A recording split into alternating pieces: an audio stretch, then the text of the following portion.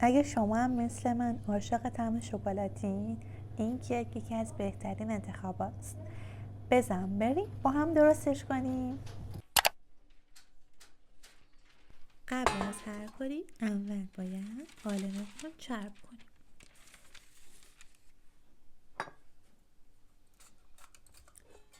روغن رو به حالت اسپری ته قالبم میزنم. یه نکته مهم اینه که حتما ته قالبتون رو چرب کنید، دیوارهای قالبتون چرب نشه. بعد کاغذ روغنی که اندازه قالبم برش زدم و میذارم کف قالبم.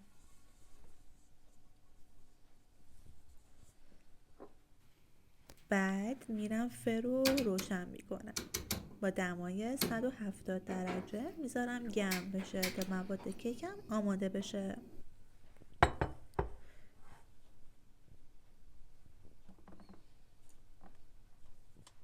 پنج تا تخم مرغ داخل یه ظرف میشکنم و لازم نیستش که سفید و زردش رو جدا کنم.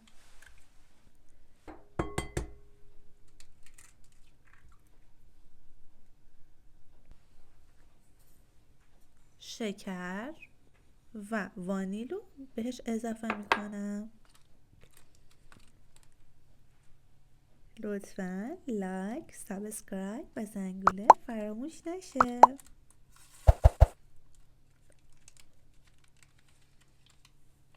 با دور تند همزن میزنمش.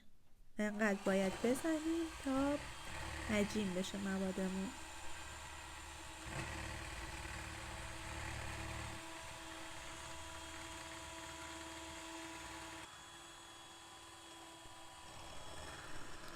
حالا نوبت اضافه کردن شیر و روغنی. فقط یه 10 ثانیه هم میزنیم تا مواد یک دست بشن.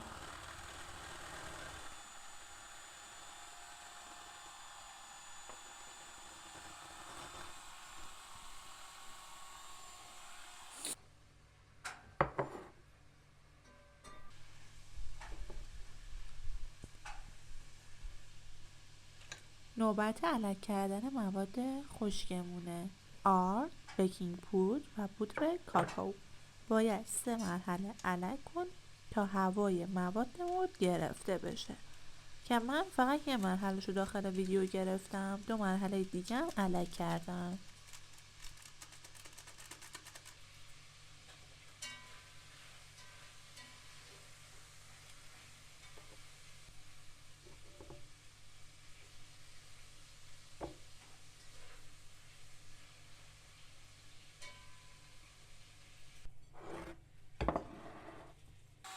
بعد از اینکه مواد خشکمون رو 3 مرحله الک کردیم، میایم مواد خشکمون رو به آرامی و تیکه تیکه به تخم مرغمون اضافه میکنیم.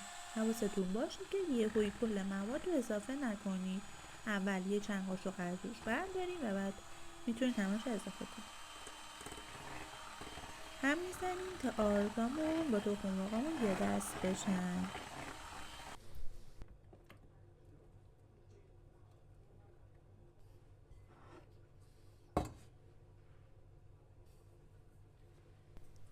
حالا مواد رو به صورت دورانی داخل قالب میریزم.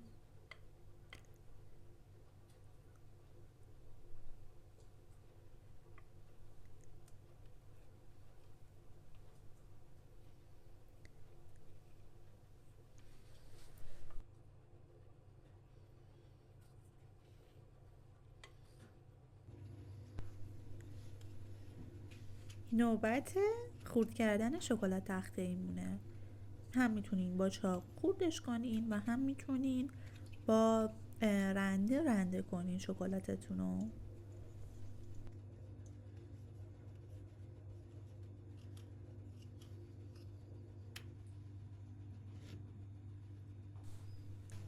به مدت 45 تا 60 دقیقه داخل فر از قبل گرم شده قرار میدیم.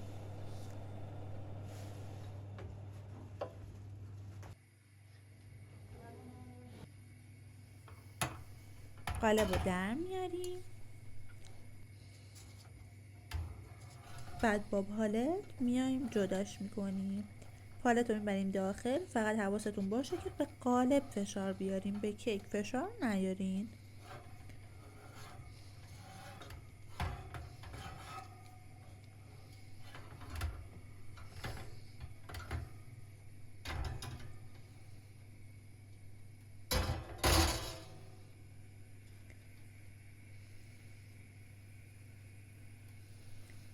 کاغذ روغنی ته کیکمون رو میکنیم.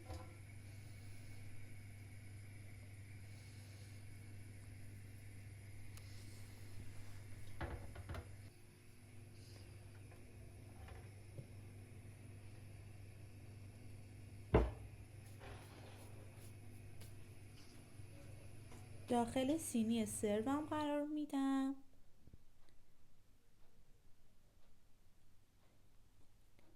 و شکلات آب شده رو روی کیک میریزم.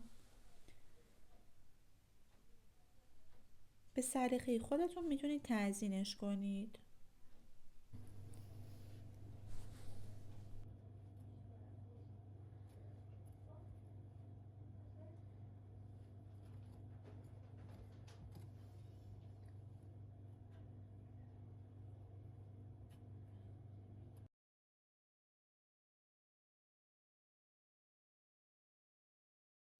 کیک ما آماده است. نوش جونتون.